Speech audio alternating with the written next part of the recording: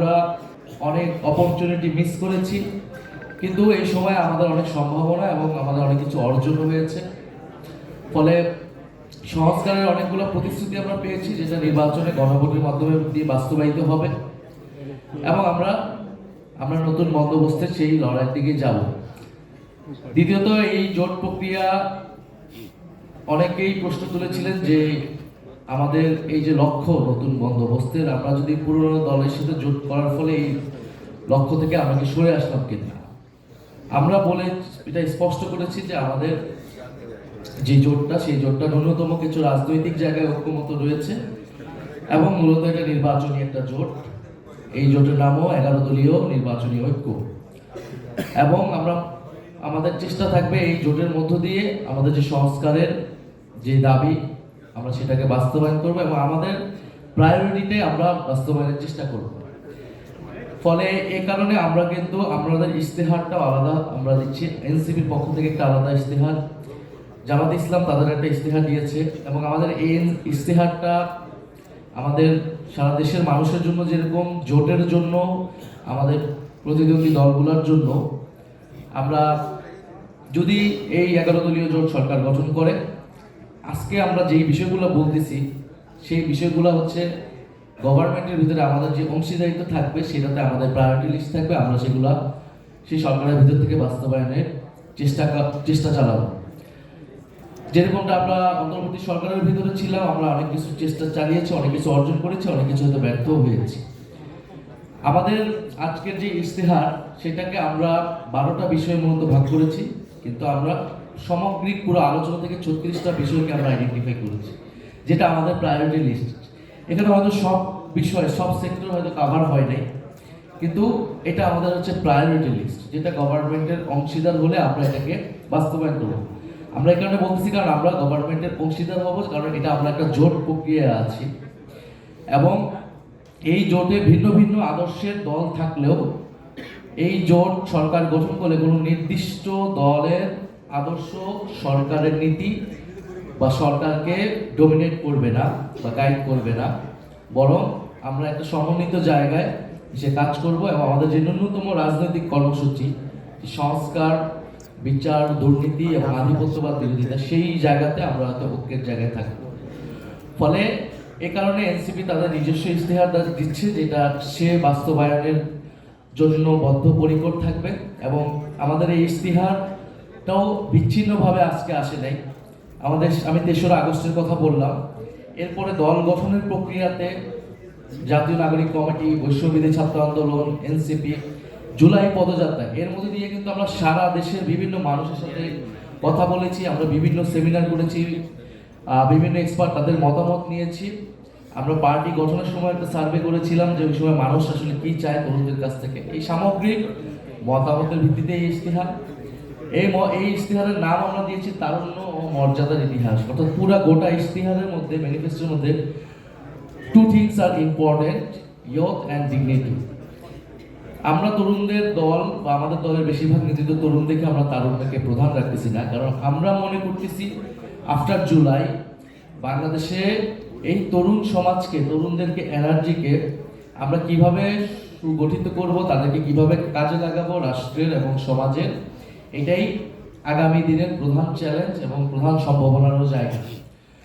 কারণ আমাদের এই সময় যত সংখ্যক তরুণ আছে, তাদের মধ্যে জুলাই গণঅভ্যুত্থানের ফলে যে দেশপ্রেম তৈরি হয়েছে, আকাঙ্ক্ষা তৈরি হয়েছে, রাজনৈতিক সচেতনতা তৈরি হয়েছে এবং তরুণদের যে সংকট, বিশেষত কর্মসংস্থান, তাদের লাইফস্টাইল, জীবন এবং জীবিকার যে সংকট, সেটাকে অ্যাড্রেস করে আমরা কিভাবে একটা ইয়ং জেনারেশন আমরা তৈরি করতে পারি।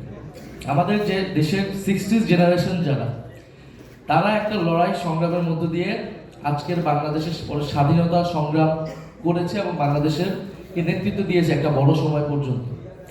এরপরে আমাদের 90s জেনারেশন এসেছে, তারা একটা গণঅভ্যুত্থান তারাও করেছে, সেইখানেও অনেক সফলতা ব্যর্থতা আছে এবং আফটার দেন 24-24-এর গণঅভ্যুত্থান, 24-এর প্রজন্ম একটা নতুন প্রজন্ম আকারে বাংলাদেশে আবির্ভূত হয়েছে। মানে রাজনৈতিক, অর্থনৈতিক, সামাজিক, সাংস্কৃতিক জায়গায় আমরা এই প্রজন্মকে কিভাবে কাজে লাগাবো, এ কারণে তারুণ্য আমাদের অন্যতম প্রধান এজেন্ডা। সেকেন্ড হচ্ছে মর্যাদা বা ডিগনিটি, কারণ আমরা মনে করি যে ফ্যাসিবাদের বিরুদ্ধে লড়াইয়ের একটা গুরুত্বপূর্ণ জায়গা ছিল ডিগনিটি, নাগরিক অধিকার, নাগরিক মর্যাদা বারবার ভুলণ্ঠিত হয়েছিল ফ্যাসিবাদের সময়ে। মানুষের ন্যূনতম মানবাধিকার, অর্থনৈতিক অধিকার আমরা গত 16 বছর পাইনি।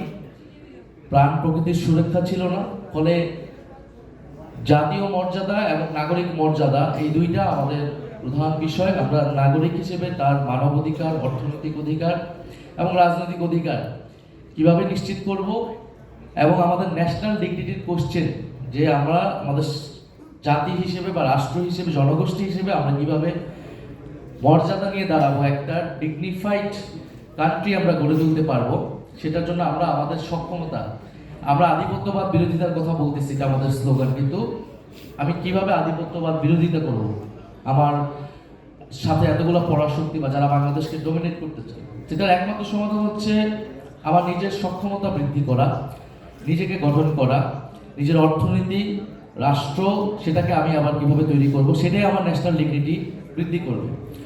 ফলে তারুণ্য এবং মর্যাদাকে প্রায়োরিটি রেখে আমরা আসলে আমাদের এই টোটাল ইশতেহারের জায়গাটা তৈরি করেছি, যেটা আমরা আবারও ক্ল্যারিফাই করছি যে এটা কিন্তু আমরা ওভারঅল সব কিছু কাভার করেছি এরকম না। আমরা যেহেতু গভর্নমেন্ট যদি 11 দলীয় জোট সরকার গঠন করে, সেই সরকারের অংশীদার হিসেবে আমরা কি কি জিনিসকে মন্ত্রিসভায় প্রায়োরিটি দিব, ওই সরকারের প্রায়োরিটি দিব, আমাদের সংসদে আমরা প্রায়োরিটি দিব, সেটাকে আইডেন্টিফাই করা হয়েছে। এটা আমাদের 3রা আগস্টের ঘোষণা, আমাদের 24 দফার ঘোষণা, তার ধারাবাহিকতা হিসেবে এটা আমাদের 36 দফার একটা ঘোষণা আজকে। এটা আমরা বাংলাদেশকে কোথায় দেখতে চাই, নিয়ে যেতে চাই, সেই জায়গায় আসলে আমরা পৌঁছাতে যাচ্ছি। এবং সামনের দিনগুলোতে এই আমাদের রাষ্ট্রকে বোঝার, রাষ্ট্রের নীতিগুলোকে বোঝার এবং একটা ভীষণকে তৈরি করার এই যে চেষ্টা, সেটা অব্যাহত থাকবে।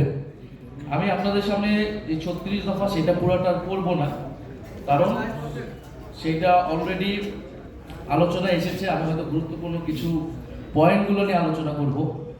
আপনারা সবার কাছে এটা মোটামুটি চলে গেছে ডকুমেন্টটা অনলাইনে, এবং আমাদের আলোচনার মধ্যেও এগুলো এসেছে। আমরা 36 দফার প্রথম দফাটিতে আমরা জুলাই সনদের কথা বলেছি, যে একটা স্বাধীন কমিশনের মাধ্যমে আমরা জুলাই সনদটা বাস্তবায়ন করব। এটা আমাদের ফার্স্ট কমিটমেন্ট, এবং এই নির্বাচনে এই সময় কিন্তু এটা গুরুত্বপূর্ণ একটা এজেন্ডা, যে গণভোটে হ্যাঁ হলে যে সংসদ তৈরি হবে সেখানে সংস্কার পরিষদ হবে, যেটা জুলাই সনদ বাস্তবায়ন করবে। এবং সেকেন্ড হচ্ছে আমাদের বিচার। আমাদের প্রথম থেকেই দুইটা দাবি ছিল, সংস্কার এবং বিচার। তো জুলাইয়ের গণহত্যা এবং গত 16 বছরের যে গণহত্যা, শাপলা হত্যাকাণ্ড এবং পিলখানা হত্যাকাণ্ড, গুম, খুন সহ যে হত্যাকাণ্ডগুলো হয়েছে, সেগুলোর বিচার, অনেক বিচার কার্যক্রম অব্যাহত শুরু হয়েছে, এগুলো চলমান থাকবে, এবং সেগুলোকে কিভাবে আমরা আরো সুষ্ঠুভাবে নিশ্চিত করতে পারবো, এবং যেগুলো শুরু হয় নাই সেগুলো আমরা কিভাবে নিশ্চিত করব। শরীফ ওসমান হাদি হত্যার বিচার এই সময়ের নির্বাচনের বা আমাদের একটা বড় কমিটমেন্ট। আমরা যখনই মানুষের কাছে যাচ্ছি, মানুষ কিন্তু এই হত্যাকাণ্ডের বিচার চাচ্ছে। বিচারের পাশাপাশি আমরা আরেকটা জিনিস বলছি, যে রিকনসিলিয়েশন কমিশন, আমরা এটা এই অন্তর্বর্তী সরকারের সময় বা আমলেও বিভিন্নভাবে বলার চেষ্টা করেছি, কিন্তু সেটা করা হয় নাই। আমরা জাস্টিস, প্রথম আমরা জাস্টিস চাই, সেকেন্ড আমরা রিকনসিলিয়েশন চাই। তবে রিকনসিলিয়েশন মানে ফ্যাসিবাদী রাজনীতিকে পুনর্বাসন নয়। রিকনসিলিয়েশন মানে সেই রাজনীতির সাথে সংশ্লিষ্ট যারা নিরপরাধ সমর্থক আছে বা কেউ যদি সমাজে আবার ফেরত আসতে চায় বিচার প্রক্রিয়ার মাধ্যমে, তার সিভিক রাইটসটা আমরা নিশ্চিত করবো কিভাবে, সেই প্রক্রিয়া অনুসরণ করব।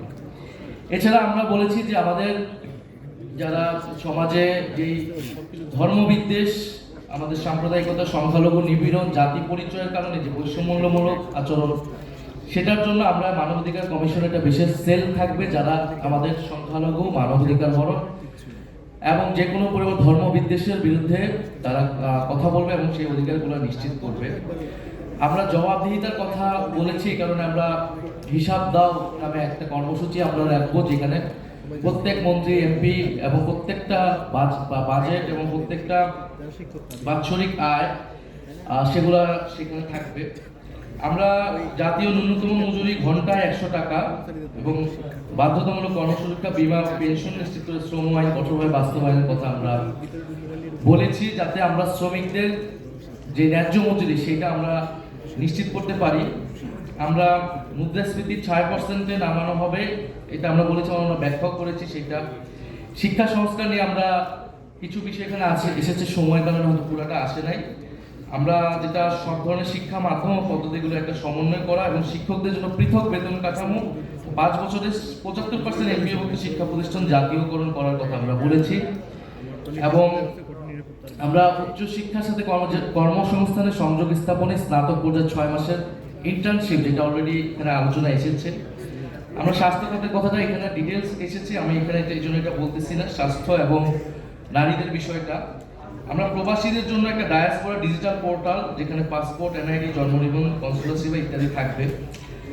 আরেকটি বিষয় হচ্ছে যে কার্ডের বিষয়। এখন তো ইস্তেহারে কার্ডের রাজনীতি চলতেছে, অমুক কার্ড তমুক কার্ড। আমরা বলতেছি যে একটা ইউনিক কার্ড আমাদের দরকার, নাগরিক কার্ড, যেখানে এনআইডি যেটা, আমরা সেটাকেই একটা নাগরিক কার্ড হিসেবে, যেখানে আমার সব ধরনের সুযোগ সুবিধা সেই একটা কার্ডের মাধ্যমে প্রত্যেকটা নাগরিক পাবে, তার জন্ম থেকে মৃত্যু পর্যন্ত তার একটাই আইডেন্টিটি হওয়া উচিত। আমি যদি আরো 10 রকমের কার্ড করি, সেটা আমার সুযোগ মানে জটিলতা তৈরি করবে অনেক ধরনের, বরং সকল সুযোগ সুবিধাকে একটি কার্ডের মধ্যে নিয়ে আসা। আমরা